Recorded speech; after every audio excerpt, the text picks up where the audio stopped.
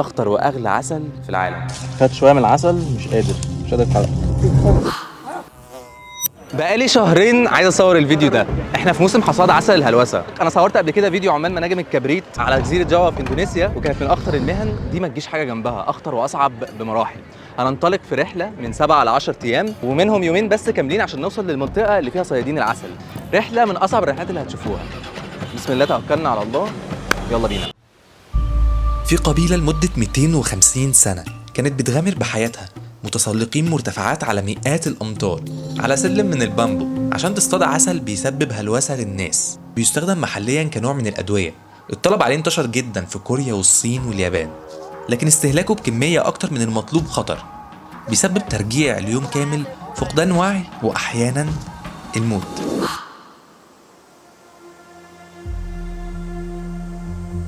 The largest honeybee breed in the world, which has 3 centimeters in size. في دولة أعلى قمة جبلية، دولة إيفرست، صيادين العسل قوة تحمل رهيبة لأنهم مولودين على مرتفعات. النيباليين يا جماعه قوه تحمل مش طبيعيه، بس 3 ساعات هيبقى شايل كل ده. هنعمل واحدة من أخطر الرحلات اللي هتشوفوها، حصاد العسل الأحمر. And these are found in the world's toughest region, especially in Nepal. عسل الهلوسة من أعلى جبال الهيمالايا. بس هو بيقول ان دي من اكتر الاماكن صعوبه ومعزوله في نيبال. من أصعب الحاجات اللي عملتها في حياتي، مش هعملها تاني. خلايا نحل عملاقة في نيبال. طيب المنطقه اللي حواليا دي كلها غابه مليانه شجر بتاع زهره الرودودندرون. الزهرة الوطنية لنيبال، زهرة اسمها رودودندرون، ورحيقها بيسبب هلوسة. Pollen is rich in granutoxin, which gives the honey name mad honey. So if you have a lot of honey with granutoxin, you literally get mad, and some feel psychedelic effect as well. ولكن ليه كمان فوائد كتير، مذكور أهميته في القرآن الكريم. عشان يوصلوا لخلايا النحل بيخاطروا من على مرتفعات عالية. أخطر عملية حصاد هتشوفوها. بعتبر الفيديو دعوة للتفكر في خلق الله. العسل منتشر في العالم العربي، ولكن العسل ده مختلف وطريقة حصاده هي الأغرب. دول صيادين العسل.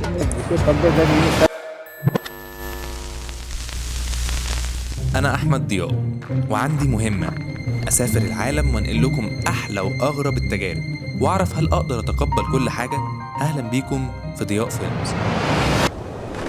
ابتدينا الرحلة من كاتماندو، عاصمة نيبال، دولة بين الهند والصين، عايش فيها 30 مليون نسمة.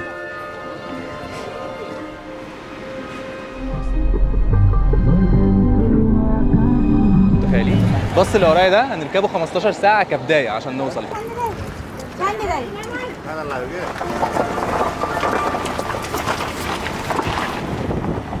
احنا دلوقتي خدنا باص 15 ساعه، وهننطلق دلوقتي 10 ساعات في عربيه جيب عشان نوصل للمكان اللي احنا فيه. بقى 7 ساعات تقريبا، مش قادر. بس هو ده المنظر. انطلقنا لقرية الصيادين، رحلة مرهقة، ولكن شفنا مناظر من الأجمل. أماكن معزولة تماما في نيبال، فالطرق غير ممهدة معظم الوقت، لكن مناظر طبيعية خلابة. سبحان الخالق.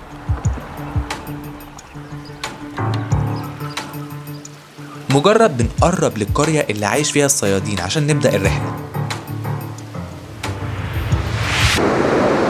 احنا بقالنا 15 ساعة في الباص و10 ساعات في العربية، ولسه بنعدي الجسر ده عشان نروح الناحية التانية، ناخد عربية ونطلع لفوق أعلى. واحدة من أكتر الأماكن عزلة على وجه الأرض.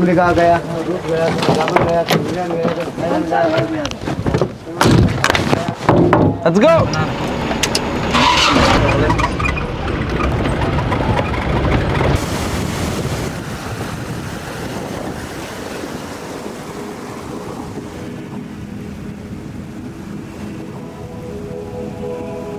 احنا دلوقتي وسط جبال الهيمالايا في اكتر الاماكن معزوله على وجه الارض.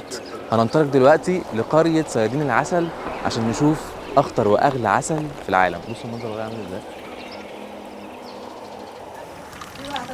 طيب يا جماعه، وصلنا بيت صياد العسل اللي هو مستضيفنا عنده، اسمه ماتي. احنا في بيته دلوقتي، وبكره هننطلق. هفرجكم على المكان قبل ما ننطلق بكره.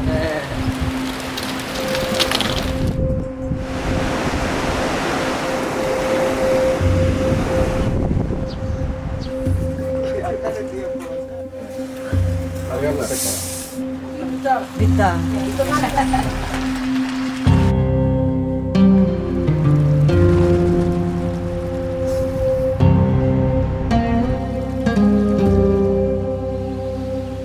لونها أحمر، عشان كده بيسموه كمان العسل الأحمر، وده الموسم بتاعها.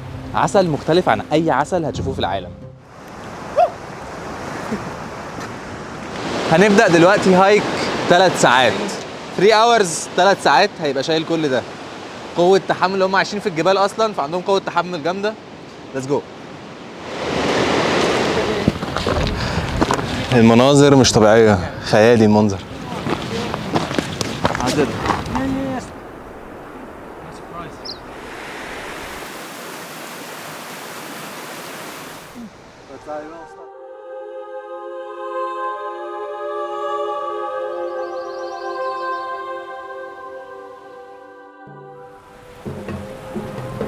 नमस्ते, मेरो नाम चाहिँ मोती बहादुर रोकाए अनि 8 बिसकोट गोतामकोट अनि मैले यो काम गर्न लागेको अब लगभग 2 वर्ष।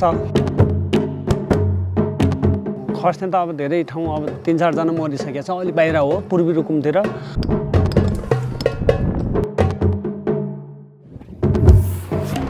وصلنا المكان اللي هنعمل فيه كامبينج. ما كانش سهل ابدا الوصول لهنا يا جماعه، صعب، وعشان كده هو اغلى عسل في العالم. موضوع خطر وصعب على الناس. صيادين العسل بكره هنطلع في الحته دي كده.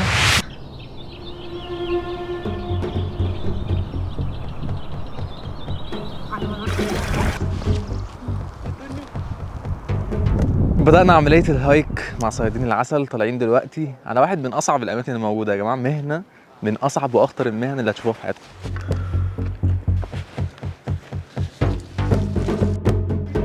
التسلق على انحدار، فبتحس بالتعب بسرعة جدا. كله على حافة الجبل، مش طبيعي. عشان كده هو أغلى عسل. الناس بتعمل هايك على منحدرات خطر جدا، يعني بتخاطر بحياتها عشان توصل.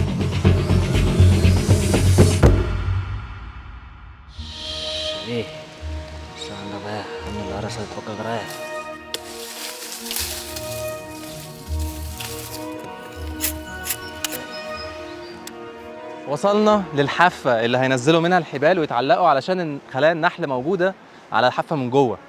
فاحنا هنبدأ دلوقتي يعملوا طقوس لأنهم بيعتقدوا إن ده بيحميهم، لأن في ناس كتير قوي بتموت. الموضوع خطر. بيشتغلوا بدقة وتعاون كبير، كل التجهيزات من الطبيعة حواليهم.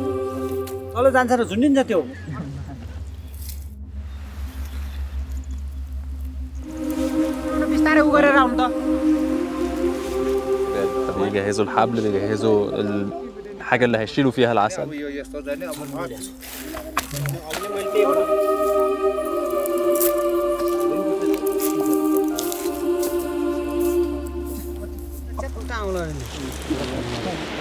دلوقتي بيجهزوا الحبال، السلم اللي هينزلوه عشان يتعلقوا.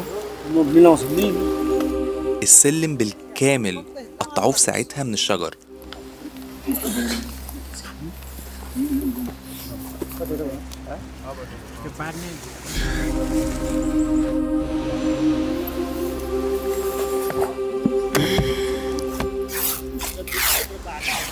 ला साइगारी माता दाहिने बाज जाने शुद्ध माइती दाहिने बाज गोसा कर मेछरी अब गुरु माता दाहिने बाज बारे गोसा दाहिने बाज दाइ गोसा प्रति भूमिका दाहिने बाज गोसा कर मेछरी अनि लाउ अब देवी देवताको सेवा भूमिका भएर रक्षा गरे.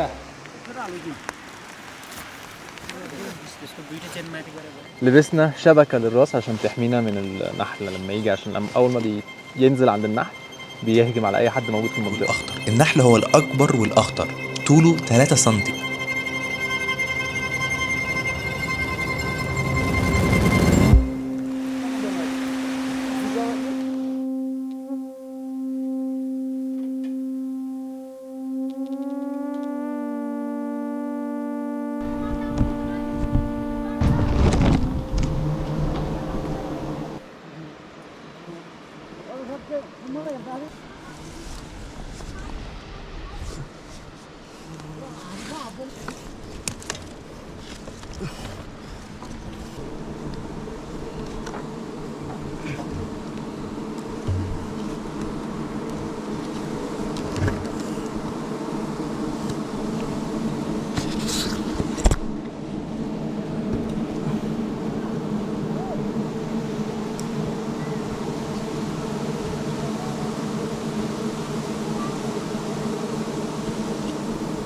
بيكون عمل جماعي.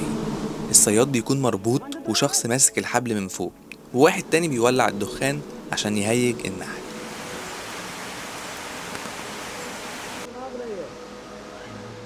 طيب هم دلوقتي بينزلوا الحبال من فوق هنا لتحت.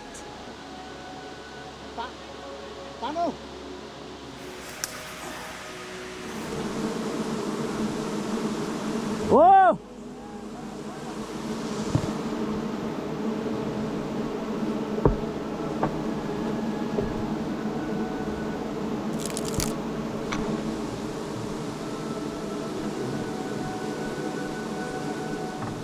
بيبدأ يقطع خلايا لتنزيل أكبر كمية من العسل. طبعا فيه هجوم شرس من النحل، معركة، لكن الصيادين متعودين على قرصهم.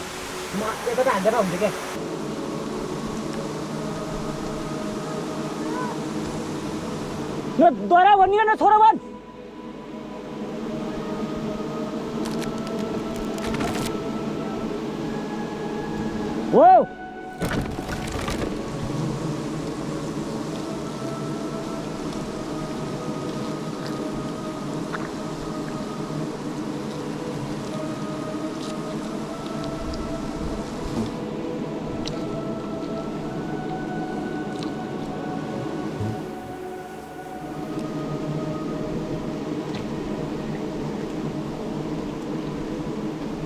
يا جماعة من أكتر الحاجات المجنونة اللي شفتها في حياتي، فعلا دي أخطر شغلانة ممكن تعملها. صورت عمليتين صيد في مكانين مختلفين عشان أوريكم خطورته.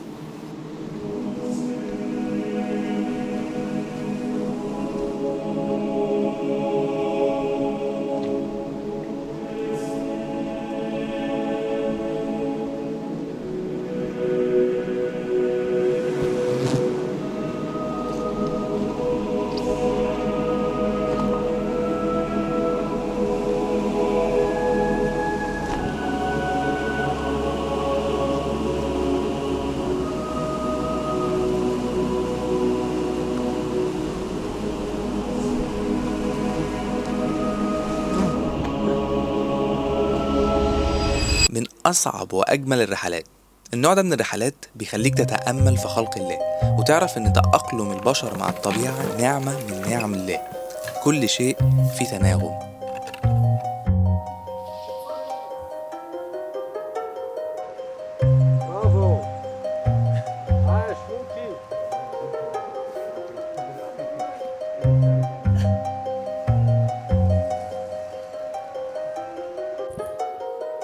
شروع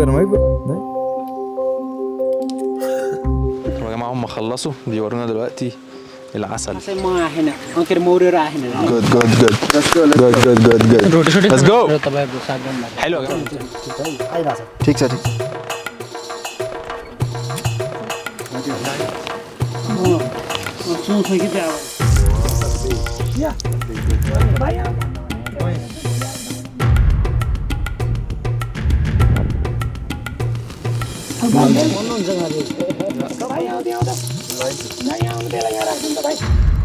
طيب يا جماعه، دي كانت نهايه الفيديو. فيديو كان مرهق نفسيا وبدنيا وحتى في المونتاج، بس انتوا عارفين ان انا دايما بحاول اقدم لكم افكار غريبه واماكن صعب الوصول ليها. يعني مش اي حد هيعرف يروح الاماكن دي، في ناس لو دفعوا لها فلوس مش هيروحوا المكان ده. عشان يكون الفيديو فعلا يستحق المشاهده، عايز اشكر شركه بست ماد هاني اللي ساعدوني ان انا انظم الفيديو ده، وكان في 2 فيديوجرافرز معانا، عشان كده المقاطع لما شيرناها مع بعض الفيديو طلع بالجوده والحلاوه دي. ادعموهم وادعموا الفيديو عشان تعبت فيه. اشوفكم في فيديو جديد او مغامره جديده ان شاء الله. حلو يا جماعة الفيديو، نهاية الفيديو. نشوفكم في الفيديو الجاي. سلام.